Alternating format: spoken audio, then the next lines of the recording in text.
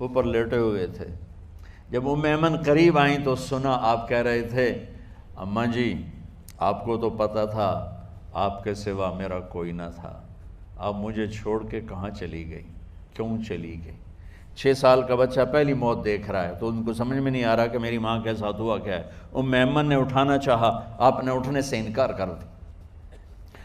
اس صدمے کو سینے میں لیے ہوئے 57 سال کے بعد، 7ویں دن بندہ رو نہیں سکتا، رونا ہی چاہے تو رونا نہیں آمدا، 57 سال کے بعد آپ اس وادی سے گزرے، اپنے اونٹنی کو ماں کی قبر کی طرف موڑ دیا، اور ان پلرز کو 3 گنا کرو تو وہ پہاڑ بنتا ہے، چھوٹی پہاڑی تھی۔ اونٹنی کو نیچے بٹھایا، اوپر پہاڑ پر گئے، اور یہ مجھے دیکھو، یوں آپ نے گھٹنے کھڑے کیے ماں کی قبر کے سرانے، اور یہ ہاتھ یہاں رکھے، اور پھر سر دیا اپنے گھٹنوں میں یوں، پھر رونا شروع کیا۔ اتنا روئے، اپریل کا مہینہ تھا، دھوپ سر پہ پڑ رہی تھی، ہم تو ٹھنڈی دھوپ میں بیٹھے ہیں، شدید دھوپ میں بیٹھے تھے، اور اس کنڈیشن میں یہ بچوں کا سٹائل ہوتا ہے جب لمبا رونا ہو تو وہ یوں بیٹھتے ہیں سر اندر دے کر۔ اتنا روئے کہ آپ کی داڑھی ساری آنسوؤں سے بھر گئی، سینہ تر ہو گیا، احرام تر ہو گیا، اور کئی گھنٹے بیٹھ کے روتے رہے۔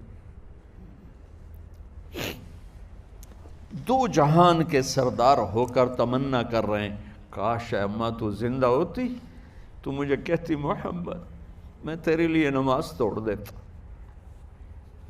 اور میرے نبی نے، یہ بچیاں غور سے سنو، میرے نبی سے پوچھا گیا یا رسول اللہ قیامت کب آئے گی؟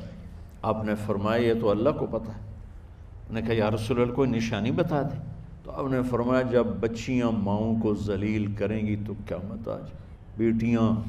جب بیٹیاں ماؤں کے ساتھ بدتمیزی کریں گی اور ماؤں کو ذلیل کریں گی تو قیامت آ جائے گی۔ ایک ماں بیٹی کو میں بھول نہیں سکتا، ماں کے موٹے موٹے آنسو گر رہے تھے، اور بیٹی ماں سے کہہ رہی تھی بھوک نہیں، ہماری اپنی پنجابی زبان بھوک نہیں، اوہ ہوئے ہوئے ہوئے، یہ تو ہم نوکر کو کہتے ہوئے ڈرتے ہیں، وہ ماں سے کہہ رہی تھی بھوک نہیں، یعنی بکواس نہ کر، رو آگے چپ، صرف آنسو اس کے گر رہے تھے ایسا۔ شاید وہ یاد کر رہی تھی کہ 9 مہینے کیسے اس کو میں نے پیٹ میں پالا، جنتے ہوئے کتنی تکلیفوں سے گزری، اور اس کو دودھ پلاتے ہوئے کتنی راتیں میں نے کاٹ کاٹ کے گزاریں، اور اس کے پیشاب دھوتے ہوئے کتنی دفعہ میں سردی میں ٹھٹھری، اور آج یہ مجھے کہہ رہی ہے بھوک نہیں۔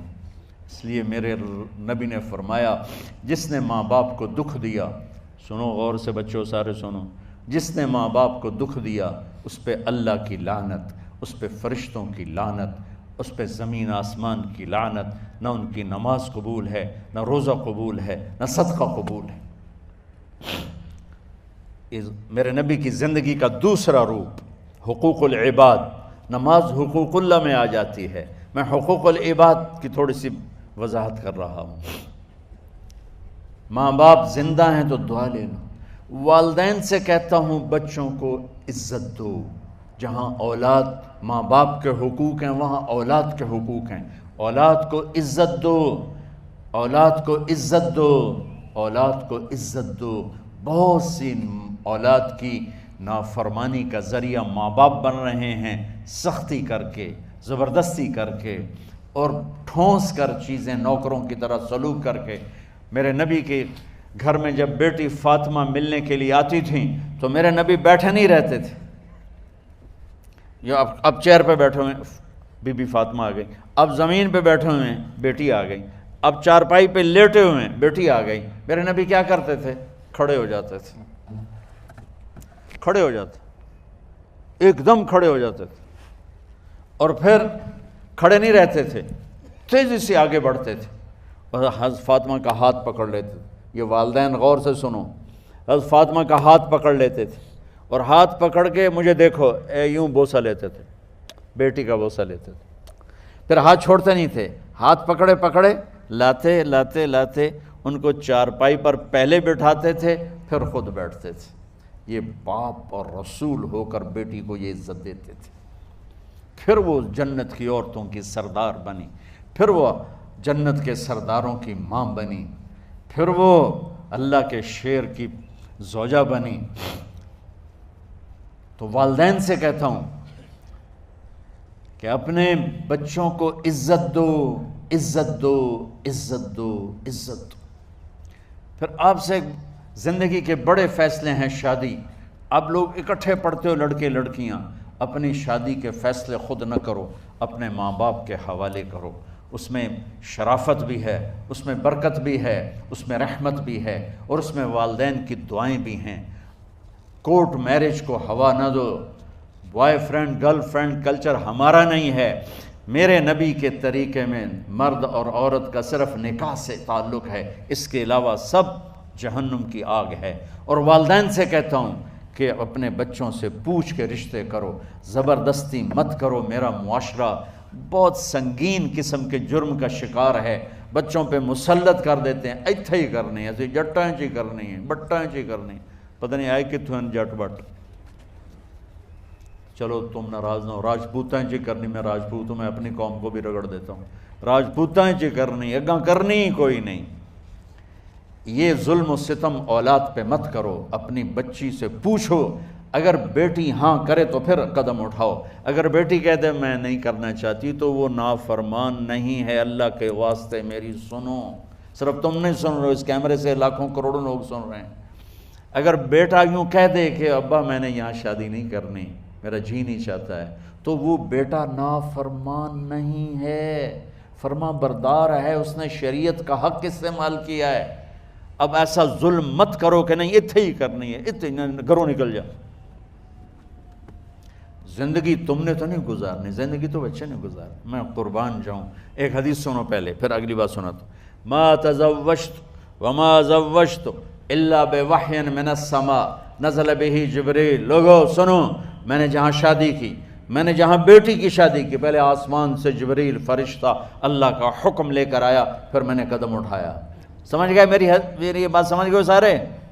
اب اگلی سنو۔ حضرت علی فاطمہ کا رشتہ لینے آ گئے، اور جبریل ان سے پہلے آ گیا کہ یا رسول اللہ فاطمہ علی کے لیے ہے۔ باپ محمد مصطفیٰ جیسا ہے، رشتہ مانگنے والا علی جیسا ہے، اور بیٹی فاطمہ جیسی ہے۔ اور آپ پوچھتے ہیں علی کیسے آئے؟ وہ شرم کی وجہ سے کچھ کہہ نہ سکے، چپ۔ آپ کو تو پتہ تھا، آپ نے فرمایا فاطمہ کے رشتے کے لیے آئے ہو؟ کہا جی۔ تو جبریل تنال بیٹھا ہوا ہے کہ یا رسول اللہ اتھے ہی کرنا ہے۔ آپ نے ہاں نہیں کی، آپ نے کہا انشاءاللہ، اور یہ کہہ کر اٹھ گئے۔ انشاءاللہ نبی کا ہاں ہی ہوتا ہے، لیکن جبریل کے آنے کے باوجود اور اللہ کے کہنے کے باوجود میرے نبی کو بھی پتہ ہے کہ یہ رشتہ یہاں کاتب تقدیر نے لکھ دیا ہے، لیکن امت کو سبق سکھانے کے لیے آپ گھر تشریف لے گئے۔ بیٹی فاطمہ کہ جی یا رسول اللہ، کہا علی کا رشتہ آیا ہے، میں ہاں کر دوں؟ سبحان اللہ۔ میں اپنے دیہاتی بچیوں پہ مجھے رونا آ گیا کہ جنہیں پتہ ہی نہیں ہوتا سانو کہیں دے نال بندے پہ جانور ہے یا انسان ہے۔ علی جیسا داماد، چلو علی کو چھوڑو، فاطمہ کو چھوڑو، جبریل آیا بیٹھا ہے، جبریل آیا بیٹھا ہے۔ اس کے بعد فاطمہ سے پوچھنے کی کیا بات ہے؟ جبریل آ کر کہہ رہا یا رسول اللہ، اللہ کہہ رہا ہے فاطمہ علی کے لیے ہے اور علی فاطمہ کے لیے ہے، اور پھر آپ کہتے ہیں بیٹی فاطمہ ہاں کر دو۔ ہماری تو آج کی بیٹیاں انکار نہیں کرتی، چپ کر کے گاں ماش طرح بن چھڑ دین کلے نال۔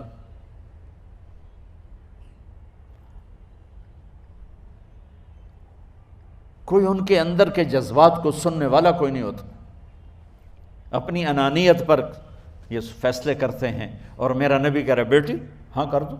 سبحان اللہ۔ آپ کا کیا خیال ہے فاطمہ نے انکار کرنا تھا؟ یہ تو یہ بیٹیاں نہیں انکار کرتی تو فاطمہ نے کہاں کرنا تھا؟ لیکن یہ سبق دینا تھا ان والدین کو جو نادانی میں نادانی کے فیصلے کر کے اولاد کو ہمیشہ ایک ٹھنڈی آگ میں دھکا دے دیتے ہیں۔ حضرت فاطمہ رضی اللہ تعالیٰ عنہا نے جب ہاں کی پھر آپ باہر نکلے۔ اچھا مزے کا واقعہ ہو، حضرت علی اٹھ کے باہر نکلے تو صحابہ باہر کھڑے انتظار کر رہے تھے کہ کیا ہوا۔ حضرت علی کو بھیجنے والے تھے عبد الرحمن بن عوف۔ پہلے ابو بکر گئے تو آپ نے انکار کر دیا، عمر گئے رشتہ مانگا، آپ نے انکار کر دیا۔ عبد الرحمن بن عوف نے علی سے کہا آپ جائیں، آپ کا رشتہ رد نہیں ہوگا۔ کہنے لگے میرا تو ذاتی گھر بھی کوئی نہیں، مجھے کہاں سے رشتہ ملے گا، میں تو بالکل غریب ہوں۔ کہا نہیں تم جاؤ۔ تو واپس آتے انہوں نے عبد الرحمن بن عوف پہ چڑھائی کر دی، وہ کیا ہے نا تو میں نو گلے آئی، انکار ہو گیا۔ تو صحابہ نے پوچھا کیا ہوا؟ کہا کچھ کہا ہی نہیں، چپ کر کے اٹھ گئے۔ تو عبد الرحمن بن عوف کہنے لگے کچھ بولے صحیح، کہ بس اتنا کہا انشاءاللہ، کہا تو مبارک ہو، نبی کا انشاءاللہ ہاں ہوتا ہے۔ کہا اچھا تو اتنے میں آپ باہر تشریف لے۔ کہا علی، کہا جی، کہا لو بلاؤ، لوگوں کو بلاؤ۔ ساری مسجد بھر گئی، آپ کی ساری مسجد فل ہو گئی۔ آپ ممبر پہ کھڑے ہوئے علی کو سامنے بٹھایا، کہا لوگو یہ جبریل میرے پاس اللہ کا پیغام لائے ہیں کہ میں فاطمہ بنت محمد کا نکاح علی بن ابی طالب کے ساتھ کر دوں۔ پھر آپ نے خطبہ پڑھا اور کہا کہ علی، ہائے ہائے ہائے، میں نے فاطمہ بنت محمد کو 400 درہم مہر کے عوض تیرے نکاح میں دیا، تو نے قبول کیا؟ حضرت علی نے زور سے نعرہ لگایا میں نے قبول کیا، اور سجدے میں چلے گئے، اللہ کا شکر کا سجدہ ادا کیا۔ پھر میرے نبی نے وہیں سارے مجمع کو شہد کا شربت پلایا اور تازہ کھجوریں کھلائیں۔ اور پھر جب رخصتی ہوئی تو آپ نے حضرت علی سے فرمایا کہ آپ آ کے لے جاؤ۔ پھر آپ نے حضرت ام سلمہ، حضرت حفصہ اور جناب حضرت عائشہ رضی اللہ تعالیٰ عنہ، ان تینوں کو بلا کر فرمایا تمہیں پتہ ہے نا مجھے فاطمہ سے کتنا پیار ہے، تو تم فاطمہ کو دلہن بناؤ، اس کی تیاری کرواؤ، اسے دلہن بناؤ۔ تو ان تینوں نے حضرت فاطمہ کو دلہن بنایا۔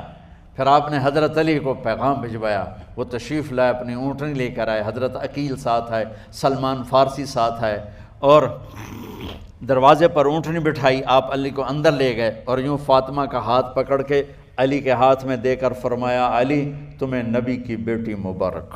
سبحان۔ پھر آپ نے کہا میری بیٹی فاطمہ، مجھے اپنے خاندان میں جو سب سے زیادہ محبوب تھا میں نے تیرا ہاتھ اس کے ہاتھ میں دے دیا ہے۔ والدین سے کہتا ہوں اپنے نبی کی زندگی پڑھو۔ میرا درد ہے کہ ہماری ثقافت میں اسلام داخل نہیں ہوا، ہمارے عبادت میں اسلام آ گیا، بہت سارا مجمع مرد عورتوں کا نمازی ہے، حاجی ہے، عمرے کرتے ہیں، لیکن ثقافت میں نبوت کی جھلک دکھائی دے، ثقافت میں اللہ کا نبی دکھائی دے، وہ نہیں ہے۔ زندگی بیت گئی اس انتظار میں، مدت سے لگ رہی تھی لب بام ٹک ٹکی، تھک تھک کے گر گئی نگہ انتظار آج، پتہ نہیں کب صبح ہوگی۔ چلو کہتے تو جائیں مجھے ہے اگرچہ بت ہیں جماعت کی آستینوں میں، مجھے ہے حکم اذان لا الہ الا اللہ۔ والدین کے ذمہ ہے اولاد کو عزت دینا، ان کے سب سے بڑی خواہش میں ان کا احترام کرنا کہ زندگی انہوں نے گزارنی ہے، اور آپ کے ذمہ ہے والدین کے آگے سر جھکا دینا۔ اللہ کے واسطے کورٹ میرجز اور خفیہ شادیاں یہ نہ ہماری ثقافت ہے نہ یہ انسانیت ہے، ہمیشہ دکھ دردوں میں زندگی گزرتی ہے کہ اصل زندگی تو موت کے بعد آنے والی ہے۔ تو والدین پڑھیں شریعت کو، اولاد بھی پڑھے اپنے نبی کی زندگی کو۔